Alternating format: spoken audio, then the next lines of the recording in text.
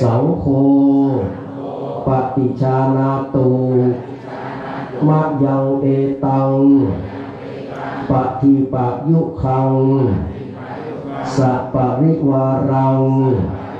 พุทธัสสะปูชนัฏฐายะอิมัสสมิงอาวาเสสังคัสสะนิยาเทมะสาธุโนพันเตอักยังปฏิปะยุคัสสะทานัสสะอานิสังโสอัมหากังเจวะมาตาปิตุอาทินันจาปิยะชนานัง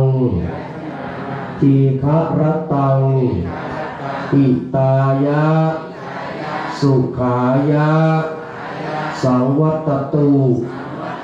ข้าแต่พระสงฆ์ผู้เจริญข้าพระเจ้าทั้งหลายขอมอบถวายเทียนพรรษาพร้อมกับของบริวารเหล่านี้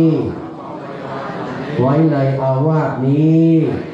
เพื่อเป็นพุทธบูชาขออานิสงส์แห่งการถวายเทียนพรรษานี้ของข้าพเจ้าทั้งหลายจงเป็นไปเพื่อความสุขเพื่อประโยชน์เพื่อความสุขเพื่อความเจริญรุ่งเรือง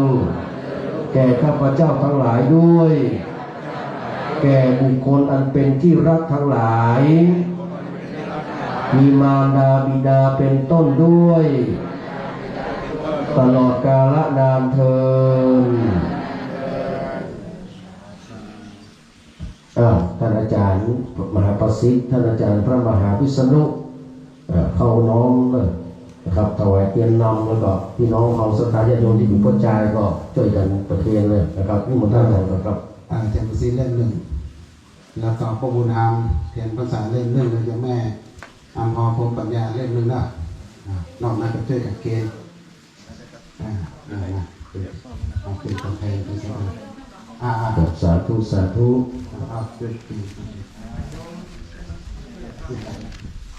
กับเทียนนี่เล่มใหญ่ถึงอีเราจะต้องยักษ์เชปันเตกับใหญ่ละนี่ช่วยกันหมดเลยมาเลยช่วยกันเนอะช่วยกันจับมือกันต่อไปจับหลังกันแตะหลังกันไปแตะมือกันให้มันหมดนะครับสาธุสาธุสาธุสาธุสาธุ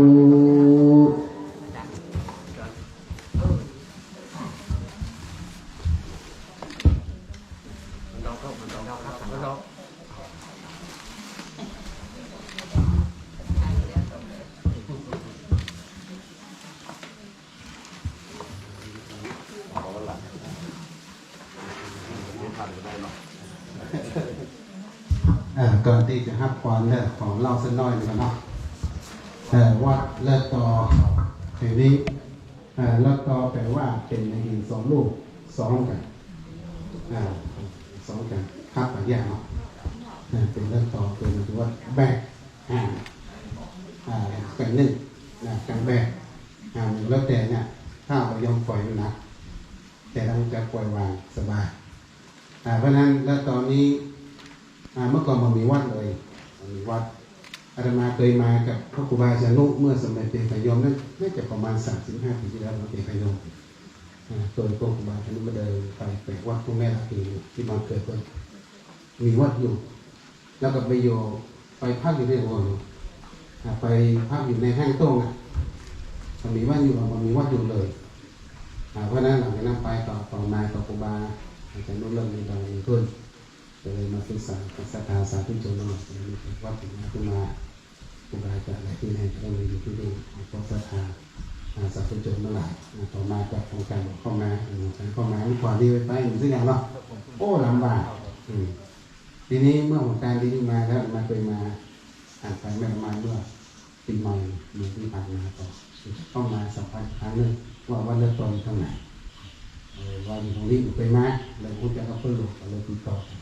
ให้อยู่มาติดตามมาเสริมบารมีมาย้อนรอยน้องหนึ่ง เพราะลำบากในวันไฟฟ้าจะยังมีขึ้นมาก่อนบาที่เจ้าก็มีอยู่ก่อนเพราะนั้นก็ทำงานโดยก็สถานตรงไหนที่ได้ในพื้นที่นี้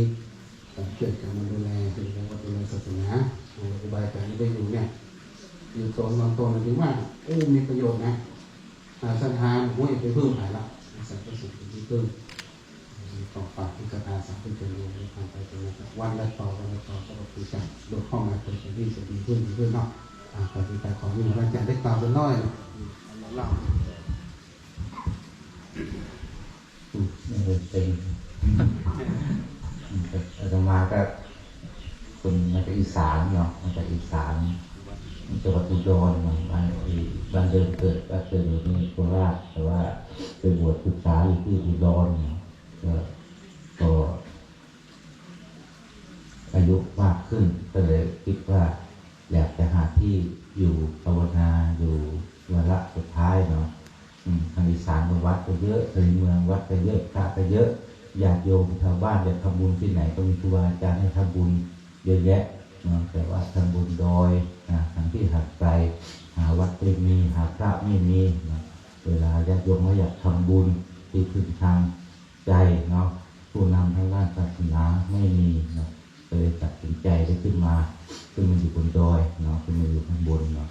เป็นแบบเราก็ลำบากไหมก็ลำบากเนาะแต่ว่าความสุขเนาะสิ่งที่ได้รับเนาะจากความอบอุ่นจากชาวบ้านเนาะก็ถือว่าดีเนาะอยู่นี่ก็4 ปีนี่นะตอนนี้ศึกษาเนี่ยจะเป็นคนศึกษาที่4จะได้พัฒชาวบ้านพัฒนาทางสาธารณสุขสิ่งจากที่น้องทางอะไรก็พาชาวบ้านทำได้กระทำส่วนวัดก็ค่อยๆทำไปตามกำลังก็อยู่นี่อยู่ห่างไกลน้องศรัทธาเข้ามาไม่ค่อยถึงมันอยู่ไกลแล้วก็ว่าจะติดข้ามาจากที่อื่นไม่ใช่คนเช่นนี้อยากจงคนเคยรู้จักเนาะก็ไม่มีศรัทธาเนาะถึงเข้าป่าอะไรก็ไม่มีก็ใส่ชาวบ้านทำทุกอย่างก็เกิดนะครับแรงของชาวบ้านเนาะเก็บเงินกันช่วยกันอย่างการปูน50 ลูกชาวบ้านช่วยกันเสาทำตลาดและชาวบ้านออกช่วยคนละต้น2 ต้นไปแบบนี้ในการพัฒนาและการสร้างส่วนจะไปหาศรัทธาจากข้างนอกเนี่ยไม่เป็นเนาะไม่รู้จะหาจากใครอย่างข้างนอกก็มีที่ทำบุญเยอะแยะเนาะ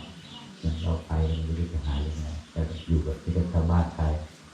แต่ที่เคยกันเนาะก็อาศัยชาวบ้านในการช่วยนะชาวบ้านที่นี่ก็น่ารักดีนะความอบอุ่นให้ความเคารพพระให้ความเคารพทางด้านศาสนาในการช่วยเหลือที่เป็นการงานสงฆ์เนี่ยชาวบ้านก็ช่วยกันดีเนาะที่นี่มีข้อตกลงกันว่าทุกวันพระเนี่ยชาวบ้านจะขึ้นมาช่วยทำงานวัดให้เป็นประจำเราจะพัฒนาอย่างศาลาที่เห็นที่กำลังก่อสร้างเนี่ยก็อาศัยทำวันพระทำวันพระละครั้งไม่ได้การค่าแรงปูนไม่พอก็ให้ชาวบ้านออกช่วยกันเสาไม่พอไม่มีเสาก็ชาวบ้านออกช่วยกันคนละนิดคนละหน่อยคนละ500 200 300 10 บาท 20 บาทตามกำลังเราไม่รบกวนเขานอกแต่เราให้เขามีส่วนร่วมในการสร้างการทำแสดงว่าอะไรสมบัติเนี่ยเป็นสมบัติของเขาแล้วเขาช่วยออกแรงสร้างช่วยออกปัจจัยในการซื้อหินซื้อปูนต่อไปครูบาก็ไม่อยู่หรือว่าพระตรงไหนไม่อยู่เรียกว่าสมบัติที่เป็นของเขาอยู่ไม่ใช่เป็นของพระไม่ใช่เป็นของใครเป็นของศาสนาซึ่งเป็นทรัพย์เป็นแรงของชาวบ้านที่มันช่วยกันสร้างช่วยกันทำหรือว่าเป็นสมบัติของเขาเขาจะช่วยดูแลรักษาแล้วเขาจะได้มีความสุขติดมาเลยเขาจะมีความภูมิใจว่าสิ่งเหล่านี้เกิดมาด้วยน้ำพักน้ำแรงเขาเนาะไม่ได้เอาศรัทธาจากที่อื่นมาทำแต่จริงๆก็มีใส่ชาวบ้านเนาะทำเพื่อทำอยู่ลึกอยู่ไกลเนาะเราไม่ได้มีพระไม่ได้เป็นพระมีชื่อเสียงในเป็นพระที่ญาติโยมรู้จักมันก็ลำบากหน่อยเนาะจะอาศัยญาติโยมศรัทธาเนาะที่ผ่านไปผ่านมาเนาะชาวบ้านเชื่อกันก็อนุโมทนาเนาะในจิตศรัทธาของญาติโยมทุกคนเนาะที่ตั้งจิตตั้งใจมาในครั้งนี้เนาะเดี๋ยวเป็นบุญเป็นกุศลเนาะอะไรก็ตามนะจิตใจเราตั้งเนาะให้เกิดความศรัทธาแล้วก็ทำด้วยความศรัทธานั้นบุญก็จะเกิดขึ้นมีส่วนก็จะเกิดขึ้นมากไม่ได้ว่าตัดแต่จะทำขอจะทำตามเขาอย่างนี้จะ ไม่มีแต่ว่าทำก็อานิสงส์มันเกิดน้อยบุญเกิดน้อยตามกำลังของเราออกมากออกน้อย แต่ถ้ามีศรัทธาจากความตั้งใจที่มาทำในระยะทางที่ไกลเนาะด้วยมาด้วยความศรัทธามาด้วยความตั้งใจอันนี้บุญก็ย่อมเกิดมากผลมีสงฆ์จากการทำบุญของเราก็มีมากตามไปด้วยเนาะก็อนุโมทนาญาติโยมครูบาอาจารย์พระทุกองค์เนาะที่มาเป็นมาอยู่มาดูมาคิดถึงเนาะคิดถึงในวัดที่อยู่ห่างไกลคนเจริญเนาะอย่างอุตส่าห์มาในระยะทางที่ห่างไกลขออนุโมทนากับทุกองค์ทุกท่านเนาะที่ได้มาในครั้งนี้ในผลบุญนี้เนาะเป็นน้องในคิดหวังสิ่งใดทำอะไรเนาะที่เป็นอยู่ในสิ่งให้ทำเนาะการขายก็ดีเนาะขอให้สำเร็จตามความประสงค์ตามความปรารถนาทุก